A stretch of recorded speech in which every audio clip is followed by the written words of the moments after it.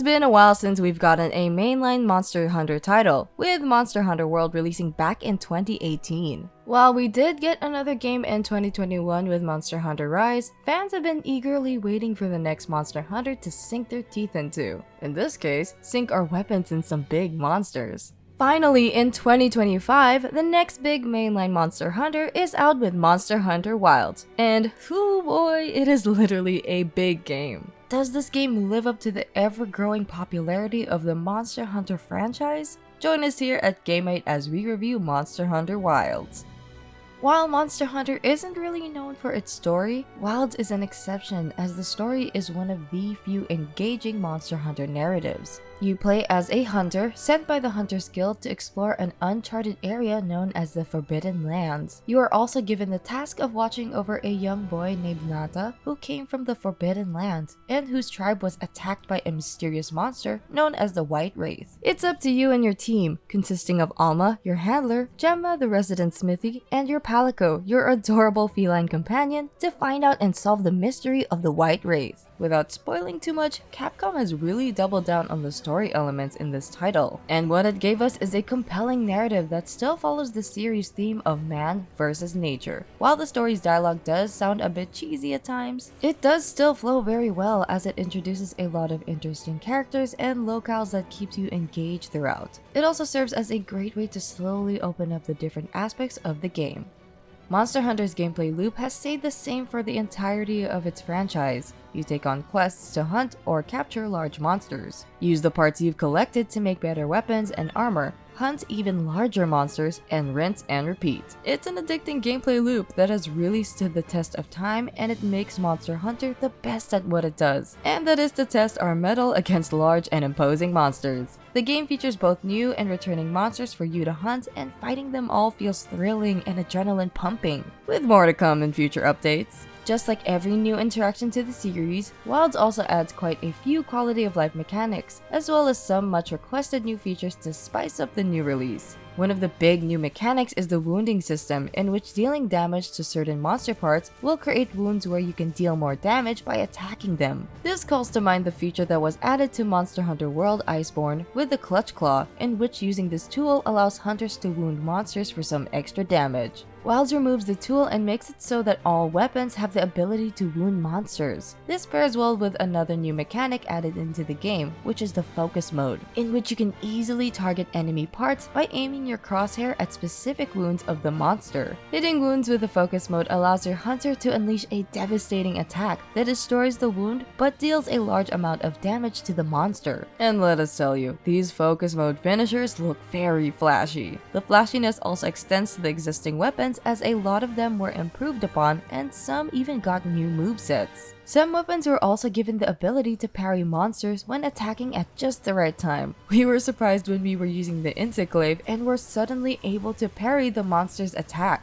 As a longtime Insectglaive user, this made the weapon a lot more fun to play, and adding the new move to it made it our main weapon throughout the game's story. Another returning feature that also improved is your mount. Introduced in Monster Hunter Rise, another companion you have while going out on your hunts is your Sacred. Similar to Rise's Palamutes, the Sacred allows you to traverse a large map with ease. They also allow you to make quick getaways or to have a means to chase down fleeing monsters. You are also able to heal and sharpen your weapons on them, so you are able to quickly get back in the fight while still being mobile. This leads us to another big change in the series, as the Sacred also allows you to bring two weapons to your hunt. Yup, you can switch weapons now without having to go back to camp. This opens up some interesting builds, as you are able to adapt to each hunt by bringing out your secondary weapon, which may suit the monster you are fighting against more. For our time playing, the two main weapons we brought are the Insectglaive and the Dual Blades. We would use the glaive to quickly mount the monster and wound it. Then, we would switch to the Dual Blades to unleash some quick attacks that would destroy the wounds. And all of these just seamlessly blend well with the game's already great combat. Another thing that blends well are the large areas that you are able to explore and hunt it. Unlike previous entries, where each map is its own contained area, the areas in Monster Hunter Wilds are all connected and you have the option of manually traveling to and from these areas. And in between travel from one area to another, you will come across the local wildlife like large monsters to the endemic life of each area. This makes Monster Hunter Wilds the biggest Monster Hunter to date, as everything is pretty much happening in one big world.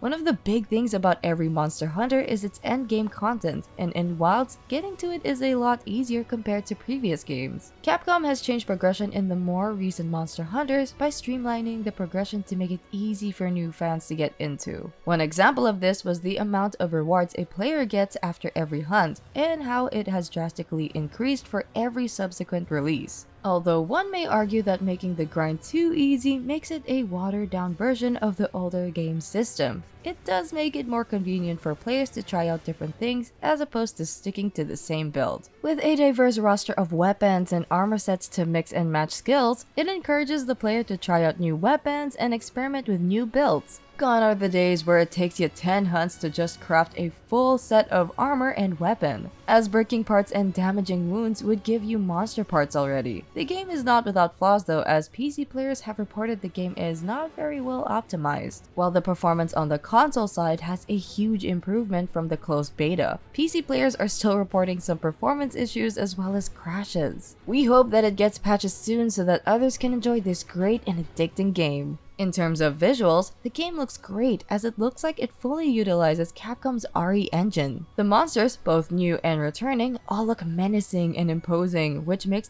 fighting them very engaging. Just seeing them lurk in their own environment draws you into their world and gives off a very immersive experience. And we can't talk about the monster and not mention the weapons and armor you get from fighting them. Each set looks well designed, and the newly added feature where the armors are not locked by body type anymore, and once you unlock the layered armors, allows players to truly customize their hunter to make them unique. Even the new Palico sets look cute and fit the world. This one looks like it's riding a small mech. So adorable! And this one is...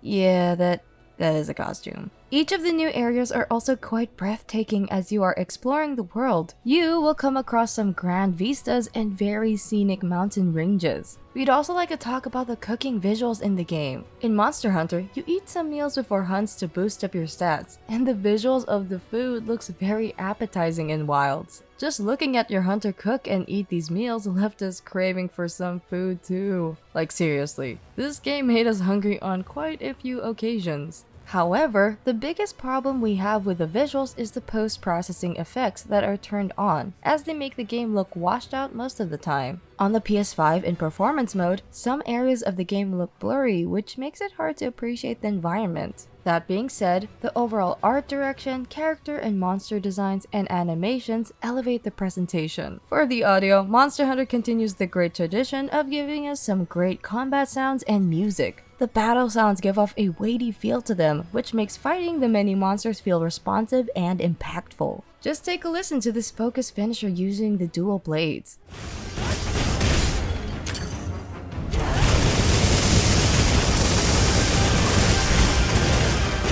Holy shit, is it satisfying to both hear and pull off. Even the music is memorable and distinct, especially with how different each region is from each other. Our honorable mentions are the Raidhouse theme and the Windward Plains battle theme, as these tracks have already been ingrained into our heads since the betas.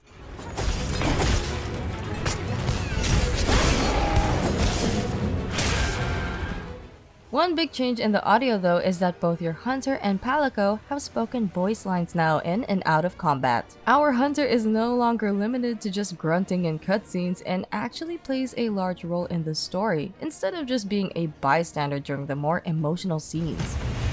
That's alright. Can you reach it? I have to try. I'm coming too!